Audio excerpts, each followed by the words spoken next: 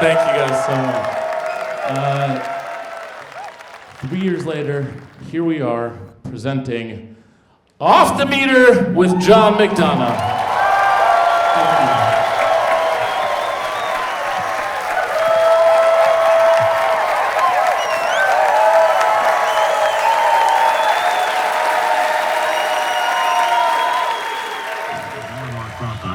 Traffic on New Jersey's 280 will slow down east with a stall between exit 9 and 8. And we have subway delays on the South End N and Q trains, NJ Transit, Morrison Essex line up to 15-minute delays. Check your airline if you've got a flight today. I'm Matt Ward, an next report at 2:11 on 1010 Wins.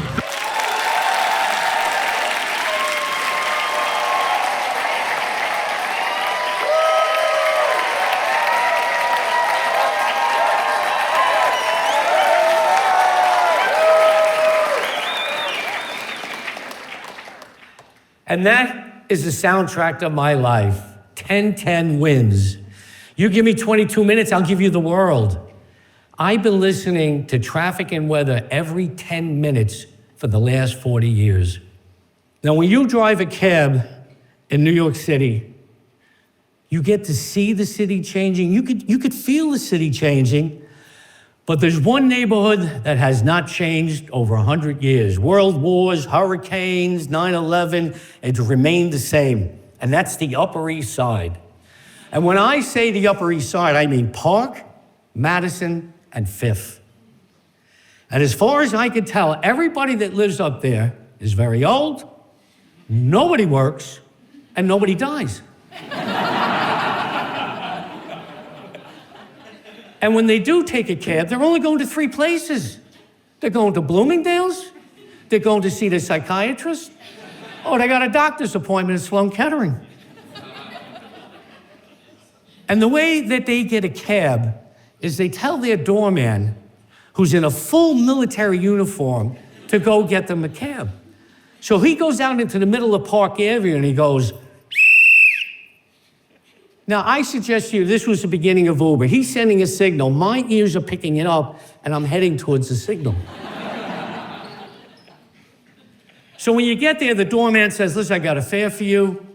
So sitting there, and inevitably, he brings out this old doll in a wheelchair, oxygen tank, and a healthcare server.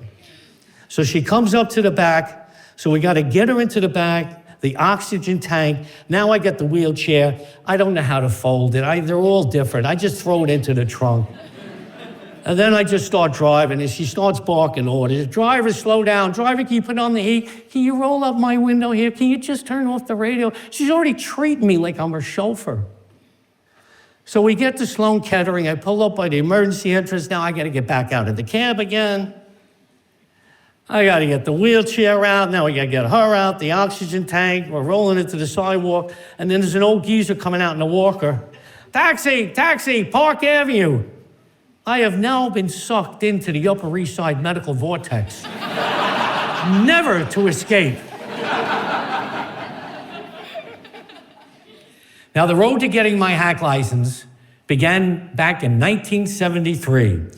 I graduate Grover Cleveland High School in Ridgewood, Queens, and I'm hanging out in the corner with some of my friends, and we decided it was a good idea to go down to Myrtle Avenue and join the United States Army. Now, mind you, in 1973, the draft is coming to an end, but the war in Vietnam is going to go on for another year and a half. Another reason 18-year-olds should not be allowed to make any adult decisions. From there, I was taken to Fort Hamilton in Brooklyn, where I was sworn in. And then I was flown down for basic training at Fort Jackson, South Carolina. Now, I was a hippie then. I had very long hair, and I was standing at attention. And this drill sergeant came right up on me, right in my face. Where y'all from, boy? I said, New York City. He said, welcome to the United States. I'm glad you made it. Thus began my 2-year nightmare in the United States Army. After basic training, I was shipped overseas to Germany to a place called Würzburg. When I got to the base, it was overrun with drugs. Heroin was coming in from Turkey, and hashish was coming in from Amsterdam. And almost on a monthly basis, we had race riots. Black and white soldiers were attacking each other with knives and baseball bats. We were reflecting what was going on in the United States. It was a very dangerous time to be in the United States Army. After I did my time in Germany, came back to New York City, and like a lot of things in life, timing is everything. What greeted me when I came home was the front page of the Daily News, Ford, the city dropped dead. Now, the career path for a son of Irish immigrants here in New York City is you graduate high school, you do your time in the service, and when you get out, you take the test for the sanitation, the fire department, or the NYPD. At this stage, the city of New York was laying off cops and firemen. And in my house, college was never discussed. My mother and father left school in the 6th grade and they went to work on the family farm in County Donegal. So what does a child of immigrants do in New York City now? I joined the Taliban and went to fight in Afghanistan. Oh no, I went and got my hack license. Now, according to the Taxi and Limousine Commission, the average length of time most people hold a hack license is 5 years because you're using it as a stepping stone. You're going to go to school, the economy's going to turn around, something's going to happen in your life. Well, the years have now turned into decades. I've been driving in 2 centuries. I'm getting a bit like Benjamin Button here. I seem to be getting younger as I'm driving. Now, people are always asking me, John, what's it like driving a cab? You people here tonight have a good start. You're sitting down. Sit right where you are for the next 12 hours, piss into a bottle, and have the person behind you throw up. That'll give you a good idea what it's like to be a New York City cab driver. But what I also like to know is, what do you think of cab drivers, or what does society think of cab drivers? And I think a good barometer of that would be the New York Times. There was a very famous jazz musician named Duke Jordan. And when he died, in his obituary in the New York Times, it stated, like a lot of his contemporaries in the 1960s, he became addicted to heroin. He was then reduced to driving a cab in New York City. So according to the New York Times, I got to be a heroin addict to up my status in life. Now, we have a lot of problems here in New York City. God knows. We just had a 7-month-old shot dead in Bushwick, Brooklyn. People are being pushed in front of subway trains. But all the mayors, from Giuliani on, they're obsessed about doing one thing: protecting the horses in Central Park. The horses in Central Park don't need to be protected. When's the last time you heard of a horse being shot in Central Park? Or somebody jumping out of the carriage running across Central Park South into the Plaza Hotel not paying the fare? That doesn't happen, but that happens to us. The horses in Central Park don't need any help. They're in the Teamsters Union. I'm an independent contractor as a yellow cab driver. I have no benefits. They have more benefits than me. The horses in Central Park are scrubbed and showered twice a day. If you've ever taken a yellow cab, you know that's optional for us. The horses in Central Park are given a medical twice a year. A yellow cab driver, you go for a medical when you first go for your hack license, and the next time you see a doctor, you're slumped over the wheel with a 9mm to the back of the head, and he's pronouncing you dead. The horses in Central Park do not work in temperatures above 90 or below 60. We're out there in any weather, it doesn't matter what it is. The horses in Central Park work an 8-hour day.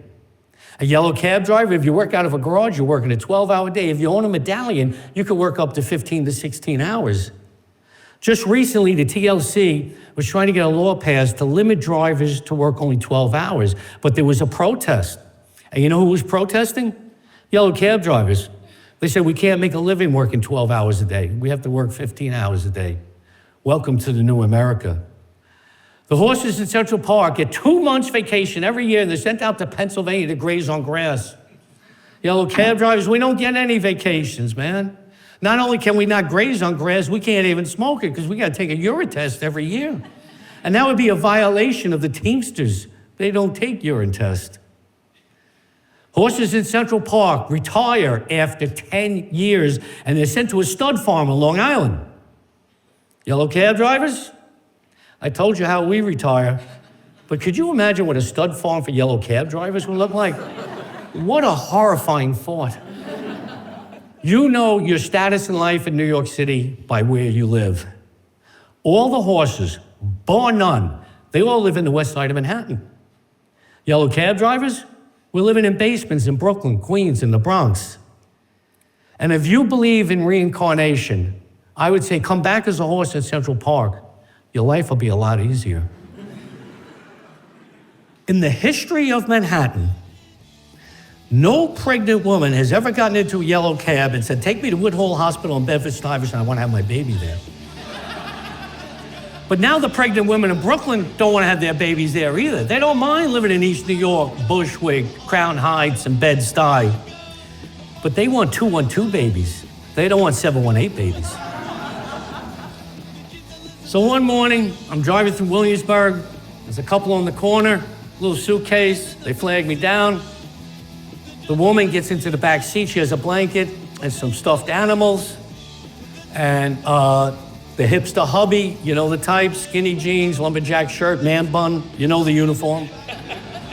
Gets into the front seat and he's got a stopwatch. And he says, listen, my wife's having a baby and we have to go to Lenox Hill Hospital in Manhattan. So I said, yeah, no problem, good fare. I'm getting out of Brooklyn. So I start driving towards the Williamsburg Bridge, and every once in a while she would let out a roar. He's looking at his stopwatch. Oh dear, he says, your contractions are 5 minutes apart. So I get on the Williamsburg Bridge, traffic's starting to build, I'm heading towards Delancey, another roar, and we're down to about 2 minutes. And I get up to Allen Street, make a right, which turns into First Avenue, and she lets out another unmerciful roar. And the hipster hubby looks at his watch, he goes, the contractions are 1 minute apart.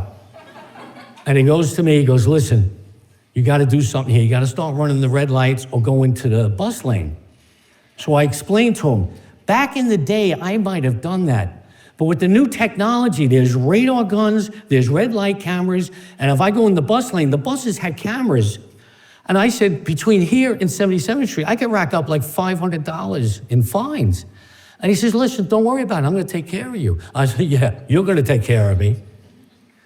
So here I am going up First Avenue, which is otherwise known as Bedpan Alley, and she's screaming at him.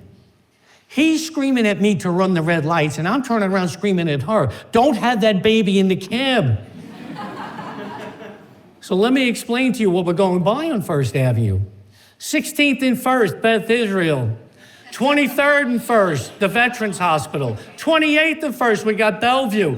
32nd and 1st, we got New York Langone. 68th in York, 1 block off First Avenue, we got Sloan Kettering. Across the street from that is New York General Hospital. 2 blocks away from that, the Hospital for Special Surgery. No, the Mashiach, the second coming of Christ, cannot be born in any one of these hospitals. He has to be born in Lenox Hill Hospital.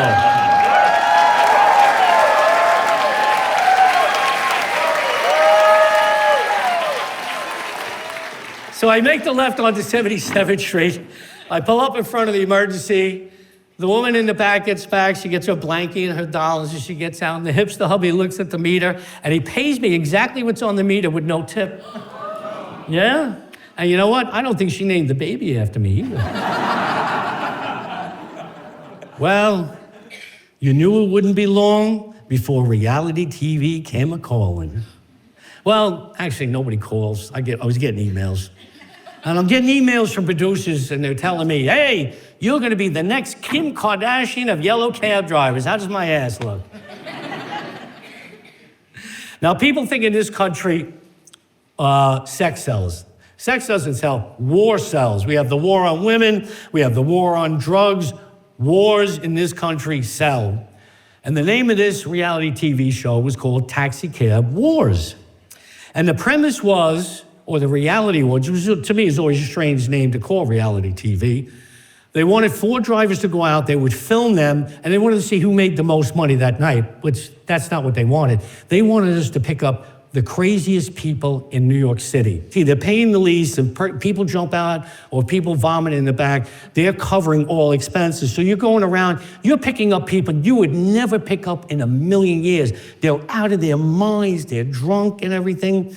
But then at some stage, a couple get into the back seat of the cab and they're going to Jackson Heights in Queens. And I dropped them off at Roosevelt Avenue. So I'm coming back on the BQE. I'm driving on it, and I'm explaining to the producer, I said, New York is not like it used to be, man. People are not out all night partying. There's hardly any after-hours joints. And I said, at this hour in the morning, our only hope of seeing crazy people, we have to get off in Williamsburg. So I get off the BQE, and I'm going down Bedford Avenue, and I couldn't believe what I saw in front of me. This is going down Bedford Avenue at 6:30 in the morning, and what do we have here? I'll slow down and talk to him. Do you need a lift? Thank you for asking.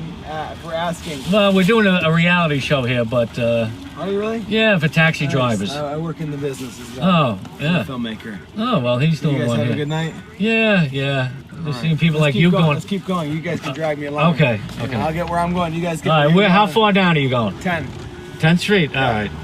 How's life? Yeah, good. You guys having fun? No passengers now? No, it's quiet. Look, 6:30 in the morning. Only people dressed like you on roller skates Is that what time it is? Yes. Thanks for reminding me. Where were you tonight? I was just at the robot party on Kent Street. And what's a robot party? I don't really know. It's just robot. That was the name of the party. Oh, yeah. And what, people dressed as robots? It was just a big open room. Yeah. Big cinema stage, actually. They played great tunes and just chilled. And everybody... Nice. Good to see you guys. Have a good evening. Thank you. All right, you're out of here. Yeah. You don't wait for lights, do you? Stay right here.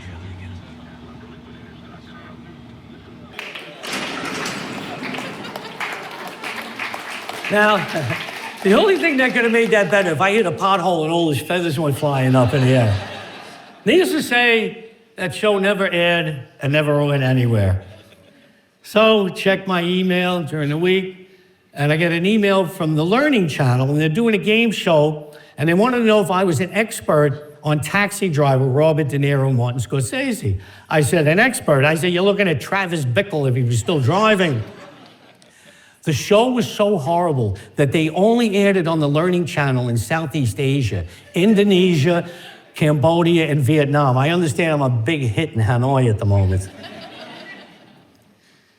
So another day, another email, and there it was. I couldn't believe it. The producers of The Amazing Race.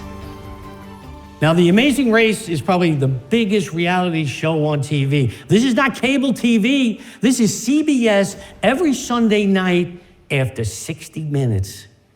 Now, the only thing I knew about The Amazing Race is there's 10 couples, and they go around the world, and whoever's left at the end wins $1 million. The only problem with me, they have like father-daughter and daughter and mother, and a pair of plumbers or a pair of pizza makers. I don't have a co-pilot driving. So I go down to the garage, and one of my best friends, Seth Goldman, is getting off his shift. And it was like a scene out of The Honeymooners. I was Ralph Crampton, and he was Ed Norton. I go, Seth, man, our ship is coming in, man. We got to do this. The Amazing Race wants to give us money, man. We got to do this. So Seth said, yeah, come on, let's do this. So the next thing we had to do was do a short video about why we want to be on The Amazing Race. So we went down to the Lower East Side, stood in front of a mural. We wanted to sort of look urban looking. And I look into the camera and I go, listen, how are we going to lose this thing? We got the luck of the Irish and we got the chosen people. Seth looks into the camera and he goes, listen, I'm the only Jew in New York with no ambition. We need the money. We send the VHS off to Los Angeles. Within days, we got tickets to Los Angeles, man. 7 days, a hotel. Me and Seth are already planning. We're going to hit all the Irish bars. We're going to do the tours. We're not beach guys. We're indoor guys. So we are going to have the time of our lives. We're flying out to Los Angeles. So we fly out to Los Angeles. We get to the hotel, and we're walking through the lobby. And this woman comes up to us. She goes, "Are you the yellow cab drivers from New York?" I said, is it that obvious? She says, "Follow me." She brings us to reception, and she signs us under a phony name. And she says, "Follow me up to your room. Sit down." She says, "For the next 7 days, you're not allowed to leave this room. If you're caught speaking to anyone in the elevator, the restaurant, or in the hallway, you're going to be sent back to New York. You're only to leave this room when you get a phone call and it tells you what room to go to, but you're not allowed to communicate with anyone." This is not turning out what we thought we were going to be doing. So every day you get a phone call. Go to room 303. You go up there, it's a psychiatrist. They want to make sure we're compatible and we're not completely crazy. Another day you get a phone call, go to room 505, and it's an aptitude test to see if we're somewhat literate back there. But every day we got a phone call to meet with the CBS executives, and there was about 20 of them, and they sit in front of you, and they pepper you with questions. What would you do in this scenario? What would you do in that? Tell us some Cabbie stories. Now, Seth had a great story. Seth grew up Jewish in Brooklyn, and in his house, his father used to play the 2,000-year-old man all the time, and Mel Brooks was the king of the Jews in Seth's house. And if fate would have it, Seth picked up Mel Brooks, because he had the play the producers was on Broadway. And the two of them were talking about what's the difference between New York and LA. The bagels were better, and they both married Goyim.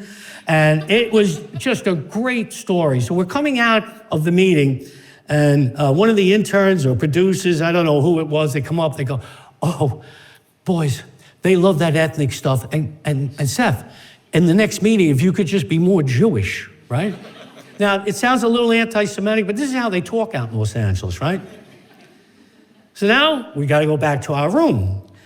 We go back to our room, and the next morning, I thought I knew Seth. We went to the Brooklyn Cyclone games in Coney Island. We went to Shea Stadium to follow the Mets. We did everything together. We got drunk together.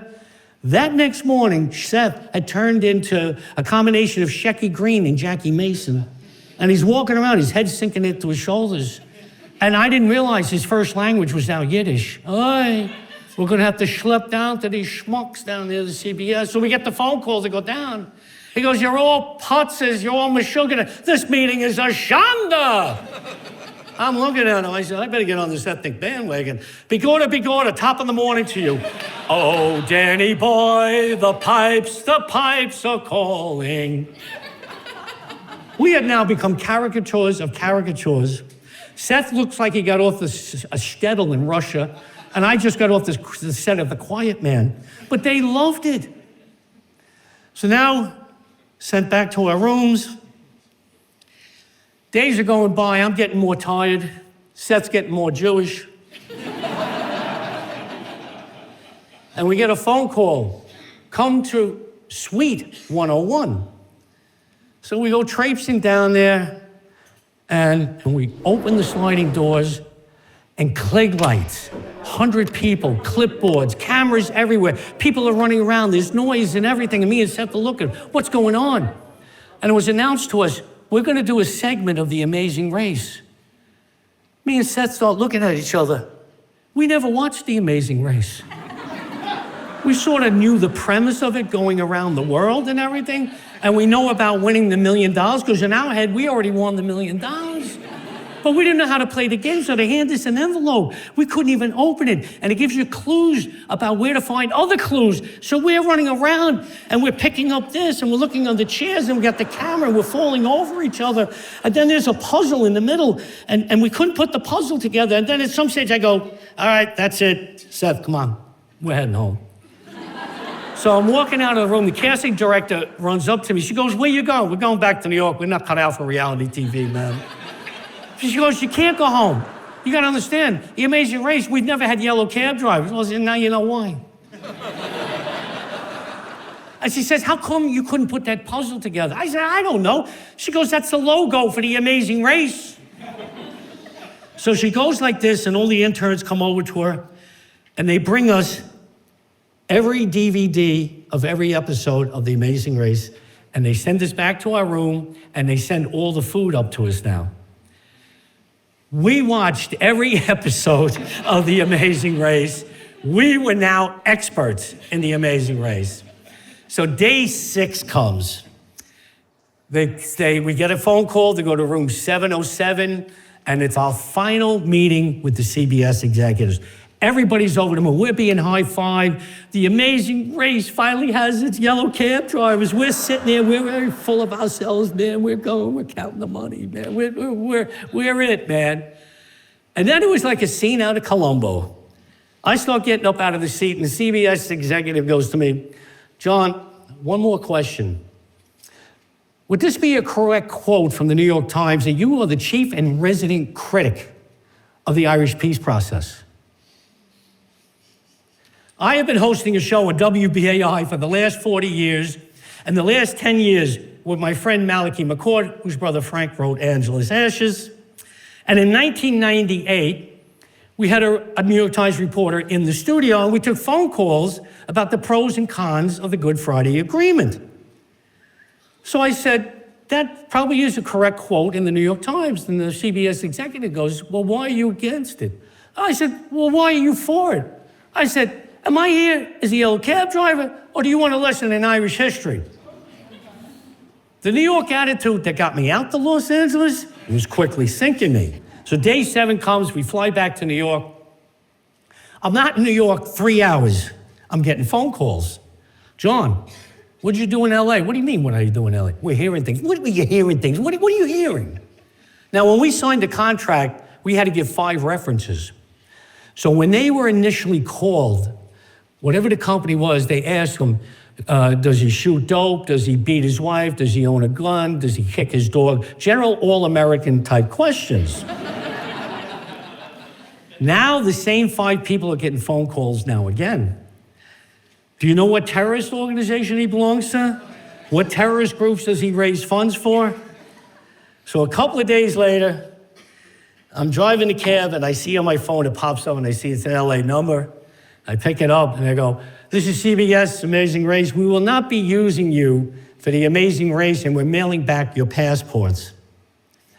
So that is how the Irish peace process and WBAI cost Seth and me $1 million. I got an email from the producers of the BBC in London.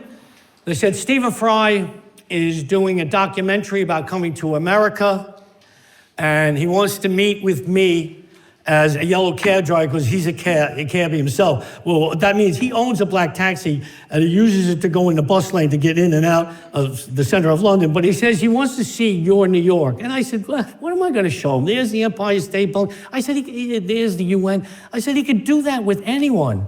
So I told the producers, I said, you know what? Let me think about this and I'll get back to you. And I really started to think, you know, what is my New York? Well, I'm born and raised in a neighborhood called Middle Village, Queens.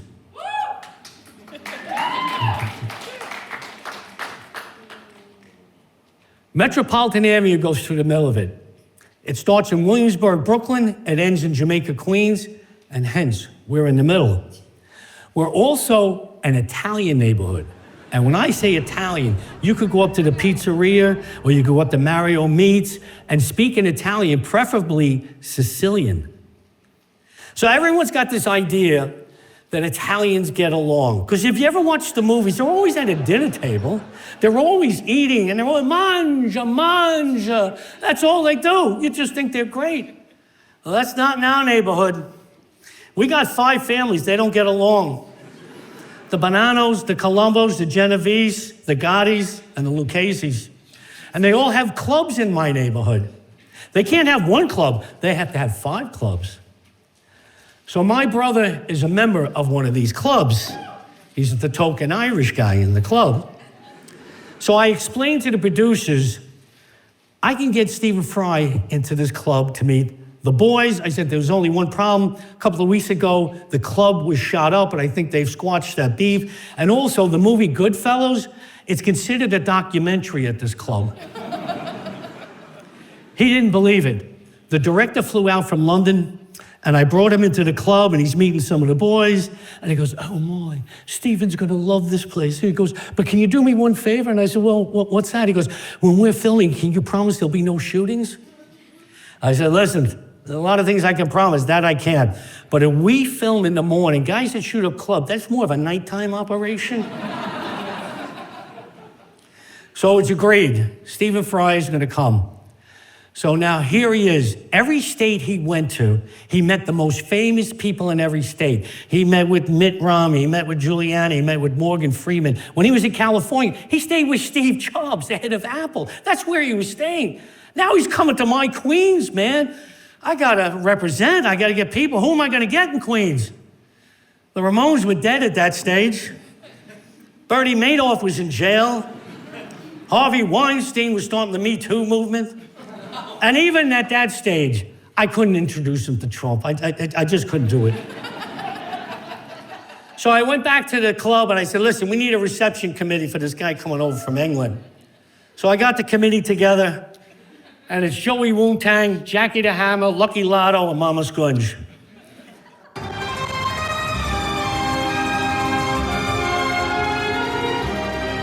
The Big Apple, of course, is not just the Isle of Manhattan. I'm keen to explore the other boroughs and the people that make up the quintessential New York City. So John is taking me to a rather special place in the Italian neighborhood of Queens to meet one such tribe, the Goodfellas, the petty and not so petty types made famous in The Godfather and The Sopranos. This is their social club. So this is it, eh? This is it. You might get in. I don't know if you're going to get out. Hi there. There's tea, coffee, cake, soda in the refrigerator. Fantastic. Help yourself. Well, hello, gentlemen.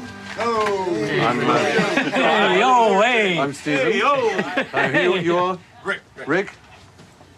Stephen, that's Larry. Larry, hi. Joe. And Joseph. Joe. David. David. Brian, pleasure to know Mike you. D'Angelo. There had to be a Mikey. Hey, let's see Yeah, the Mikey. Hey, Mikey. Well, this is, what a place. I've always dreamt of being in one of these. Who's going to tell me why there's a bullet hole on the door here?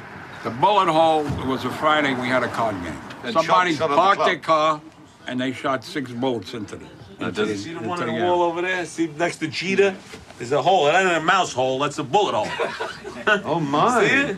Yeah. One went through and hit one of the players and missed his head. It grazed his forehead. Another one back here. That went all the way through. Whoa. And when he said, my friend got grazed in his head, he called an ambulance. He says, I'm shot in the head. So the ambulance driver says, the person over the phone says, how do you know? He says, there's a hole in my head and blood's coming out. How do you think I know I got shot?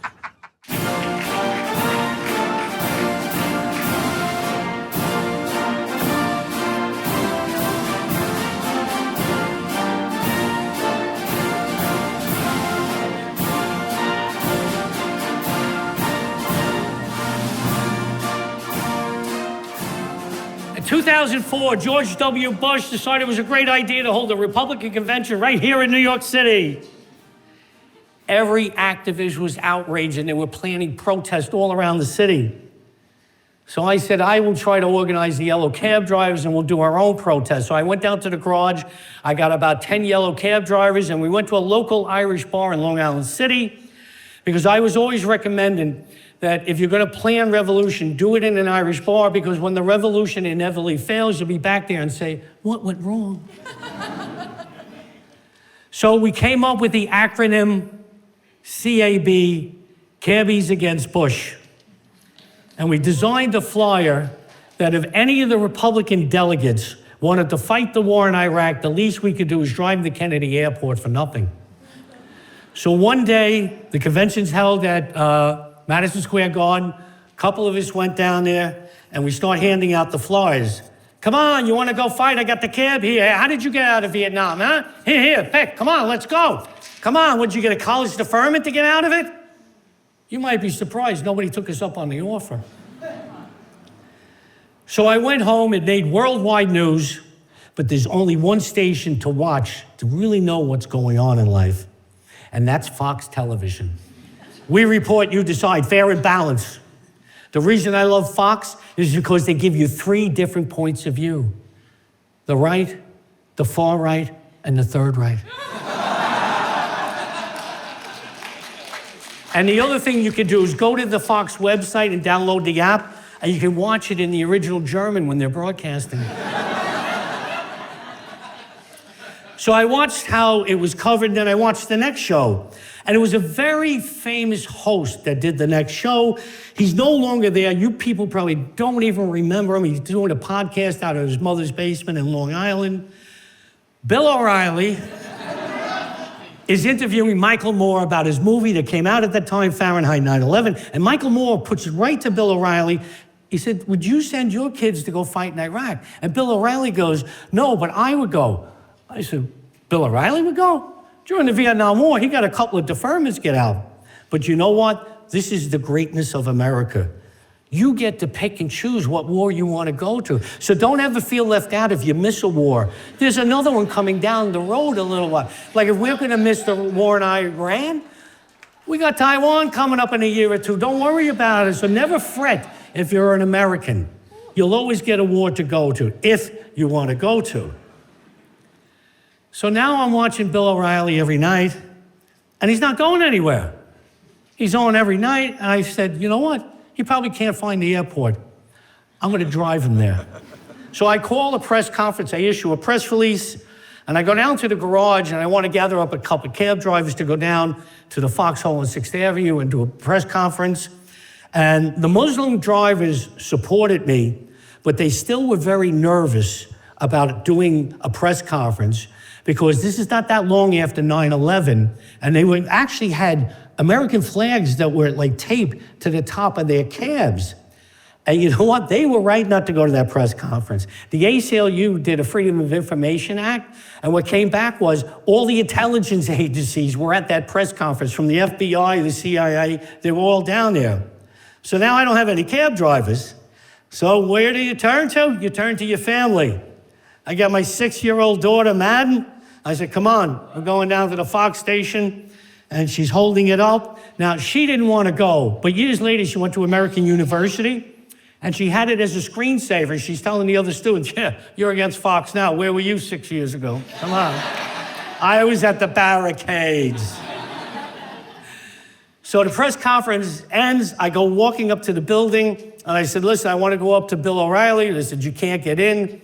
So I hand security one of the flyers. I said, give it to Bill, have him call me. When he's ready to go to Kennedy, I'll take him there. So a couple of days later, I get a phone call from the producers of the Neil Cavuto show, which is a business show on Fox. And they said, listen, John, can you come on and talk about traffic and the tipping of the Republicans? And what do you think New York is going to be like during the Republican convention? I said, yeah, of course I can do that. I can do that and a lot more. And I go into the green room, they're putting on the makeup and doing your hair, and all the other guests are there, and they're all high-fiving how great the war in Iraq is and how to make money off it, and munition company and Halliburton, and they're talking about this is so wonderful, the war, and it was so surreal to me as an Army veteran sitting there hearing who really makes the money off these wars. So one by one, they're all being interviewed by Neil Cavuto. And then it's my turn. So right off the bat, it's disorienting. He can see you, but you can't see him. So the other thing that Fox does, which I didn't really have a full grasp of, is the way they could demonize a guest without you really knowing it. In the clip I'm going to show you, the chyron at the bottom says, Osama bin Laden's driver has been arrested. And in the upper right-hand corner, ACT UP had a demonstration that day where they literally stripped naked and they blocked 8th Avenue. Now, if you were going by a TV, you see me and all of this going on, and no sound, they go, oh, John's been arrested for Osama bin Laden driving him, and he's naked on 8th Avenue. He's busy during the Republican convention, isn't he? The interview was supposed to be 5 minutes, but don't worry, it's not going to last that long. With thousands of delegates descending on Manhattan next week, the Cabbies will be going gaga. They're not. John McDonagh now has been driving a cab in the Big Apple since 1977 and says that next week is going to be the biggest mess he's ever seen. So, John, you're not too psyched. Why not? Well, because of all these so-called security precautions that are going around Manhattan and diverting the traffic everywhere, and I think Bloomberg is set up where some of the delegates will be able to come in from the airports for free. We just wish that they use some of the money that they have from the war profits from Halliburton and Bechtel and do a little trickle-down economy down to the cab drivers. All right, so I take it you're not a fan of the Republicans. No, we're organizing a protest against Republicans. We're asking cab drivers to turn their lights on and shine the light on Bush, and also passengers getting into the yellow taxis to ask the driver to turn on the headlights and do a protest for the 4 days that the Republicans are in town. What if they already have daytime running lights anyway? I guess none of the cabs. They're Crown Victorias. Okay. There's 11,000 of them. They don't have the lights on. So if you do see a cab during those 4 days with the lights on, it'll be there protesting the Bush administration and his policies probably in Iraq. So there were no similar protests like this when the Democrats gathered in Boston? I drive out of New York. I don't know what they were doing up in Boston, but this is what we're organizing here in New York City. All right, John, would you pick up a Republican delegate if he or she needed a ride? Oh, of course. And also, we're giving out a free coupon to anybody that wants to fight the war in Iraq. If they get that patriotic fervor during a convention, we'll give them a free ride to the airport if they want to go to Baghdad and fight for my freedom. I think it'll be a very worthy cause. It'll help us to help the war situation, and we'll be glad to take anyone to the airport that wants to fight on my behalf. John, is there anything this president has done that you like? Not in the last 4 years, and I don't want to see him in the next 4 years. All right, well, you made that abundantly clear. John, thank you for coming. We appreciate it. No problem.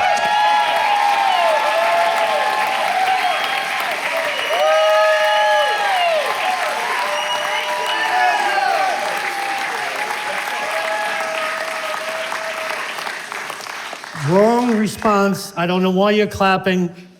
My wife has said to me, this is a great opportunity. It's a career thing, because you know how they hire retired generals to talk about wars? They'll hire you, at Fox Television. So she's watching this, tears streaming down her eyes, knowing, oh my God, what is he doing? And so that ended my career at Fox Television, or so I thought. This here is a trip sheet. It was mandatory in every yellow cab in New York City. When you picked up someone, you had to put where you picked them up, how many passengers, what time, and then when they got out, where they were dropped off and what time they were dropped off. And if you didn't, and you were pulled over by the Taxi and Limousine Commission, you would get a huge fine. So this had to be done all the time.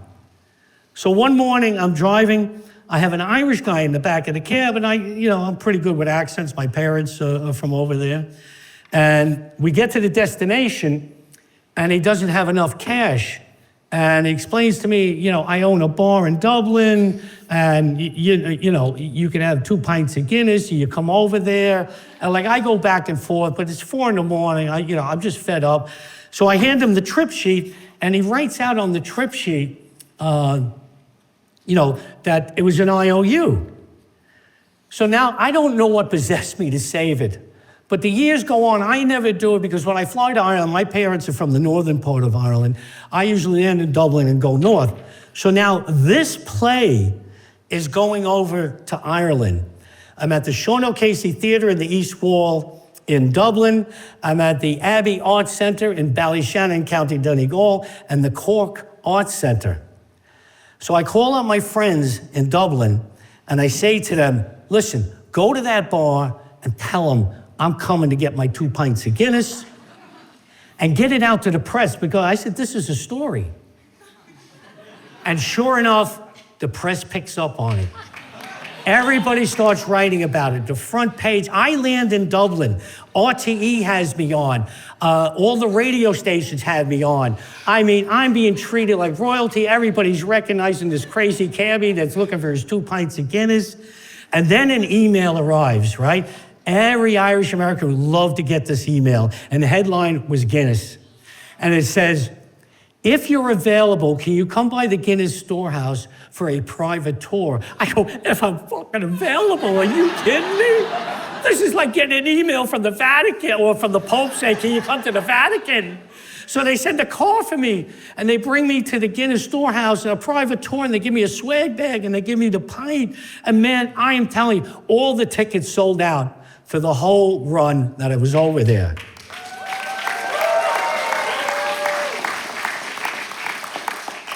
So I get back to New York a couple of days back. I get an email from Fox Television, but not the national show, Channel 5. If you live here in New York, you know, that's the affiliate. And they said they've been following what I was doing in Ireland, and they want to do a segment, and all I'm going is, oh my God, don't Google my name and Fox. I said, you might not have the same attitude. And boy, does this Irish-American cabbie have a story to tell. 9 years ago, I pick up this guy. That guy was fellow Irishman Shane Gaffney from Dublin, Ireland, who was a student in the city at the time. When McDonagh dropped him off, Shane did not have enough money to pay the fare. He said he owned a bar in Dublin. I said, yeah, everybody owns a bar in Dublin. But he says, no, I can get you some free pints of Guinness. So then they figured out just how many pints McDonagh could get if he ever went to Dublin. We worked out, almost like Wall Street brokers, what was the exchange rate between the dollar and the euro. And then we figured out what the price of a pint was, and it came out to 2 pints of Guinness. Now, keep in mind, this is going on at 4 o'clock in the morning. Shane writes an IOU to McDonagh to come to his parents' pub in Dublin and to tell them, Shane Gaffney sent you from America and 2 free Guinness on me. And I took him up on it 9 years later. Last month, McDonagh went to Dublin, cashed in on his 2 pints of Guinness with Shane and his parents, and the media went wild for the story. Gaffney and Son Pub had a banner welcoming McDonagh. His mother was at the bar, and she says to me, she goes, what was my son doing in your cab at 4 in the morning? I said, you know what? He was working at St. Vincent de Paul, the night shift. He was just getting off, and he was a little short money. I said, that's what happened. So you didn't throw him under the bus to his mother? No, I saved him. Oh, you're a good man. Give me a high five on that one. On top of all this attention, Guinness gave McDonagh a tour in Ireland of the Guinness Storehouse, which is a shrine of what was the brewery. And they even put his face on a pint. So where do you go from here? Oh, it's all downhill from here. You gotta be kidding. Now I gotta start paying for Guinness. Come on, the party's over, man. Now, if you ever wonder why I still drive a cab and I'm not a businessman, most people go to a bar, they take a taxi or they walk to the bar. I took a plane to this bar. Aer Lingus charged me $700. Each of those pints were $350 each.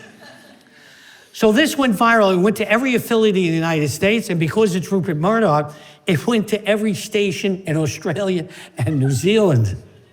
So that is the legend of Johnny Two-Pints.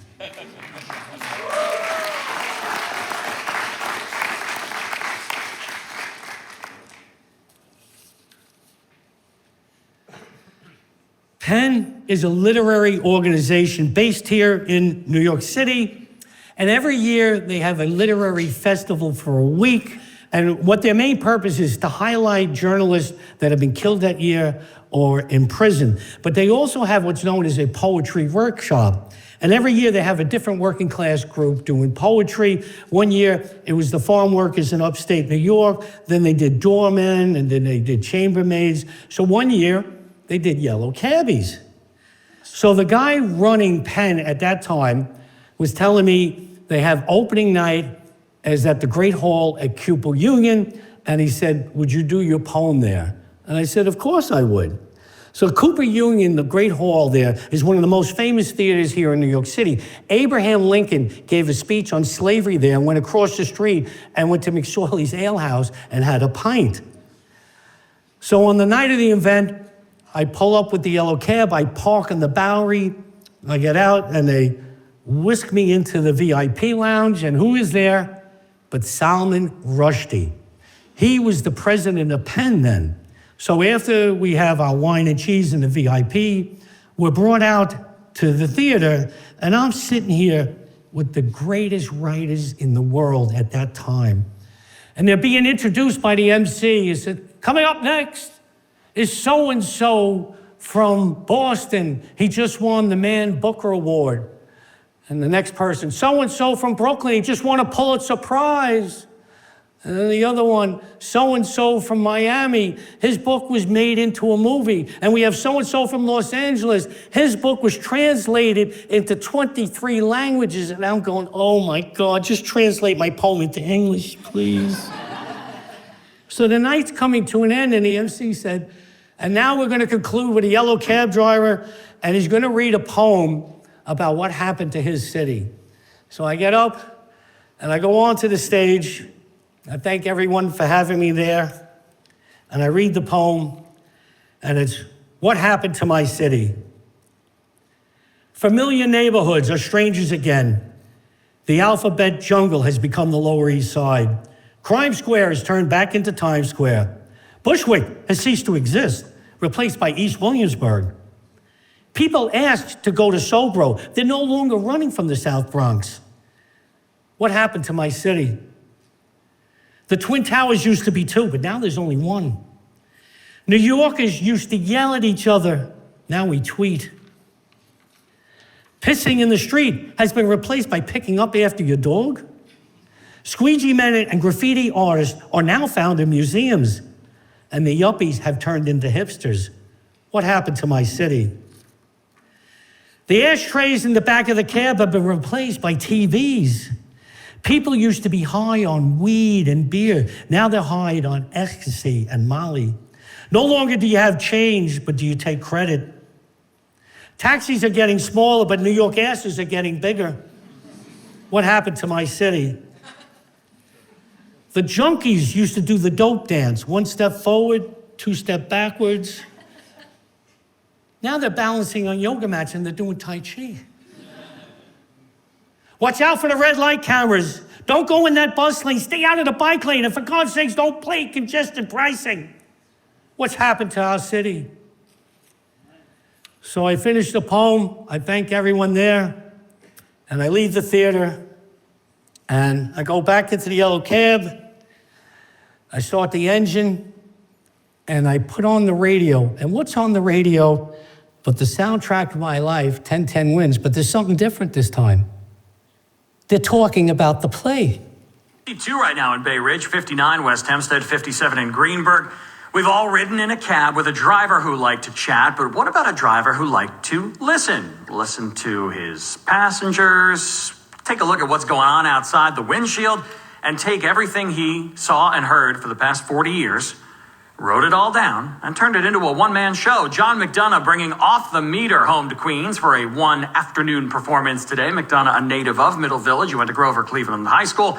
He talked to us here at 10-10 Wins about his favorite part of the show. My favorite part is when the show ends, that I can't believe I got through it, remembering all the stories. I love it. Off the Meter plays this afternoon, 3 p.m. at the New York Irish Centre in Long Island City. Thank you. Thank you.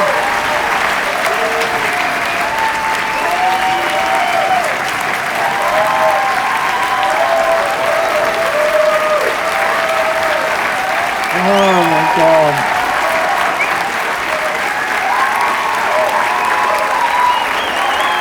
Oh man, thank you. Oh.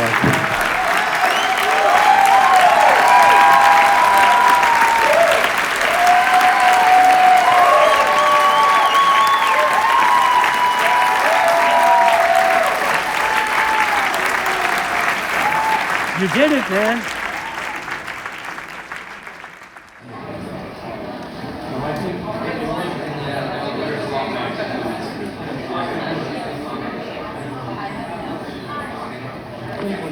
I know I wasn't kidding. Which was, yeah, we need you to do the beginning again. I'm there like, you got